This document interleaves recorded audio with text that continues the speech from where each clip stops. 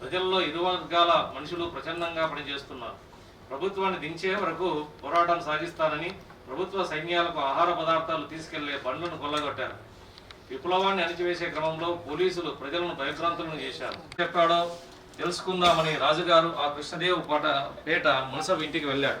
తన వల్ల మన్యం ప్రజలు ఎన్ని బాధలు పడుతున్నారో వివరించి వారికి ఈ బాధల నుండి విముక్తి ప్రసాదించడానికి తాను లొంగిపోవాలని నిశ్చయించుకున్నట్టు చెప్పారు. తనను ప్రభుత్వానికి పట్టించిన మునసబ్ తిరస్కరించాడు. తర్వాత మే 7, 1924 కొయ్యూరు గ్రామ సమీపంలో ఒక ఏటి వద్ద కూర్చుని ఒక పశువుల కాపరి ద్వారా తనున్న చోటును పోలీసులకు కబురు పంపాడు. ఏటి ఒడ్డున స్నానం చేస్తూ ఉండగా పోలీసులు చుట్టుముట్టి రాజుగారిని బంధించారు. కొయ్యూరులో విడుదల చేసి ఉన్న మేజర్ గుడాల్ వద్ద రాజుగారిని హాజరుపరిచారు. బందీగా ఉన్న అల్లూరు సీతారామరాజు గారిని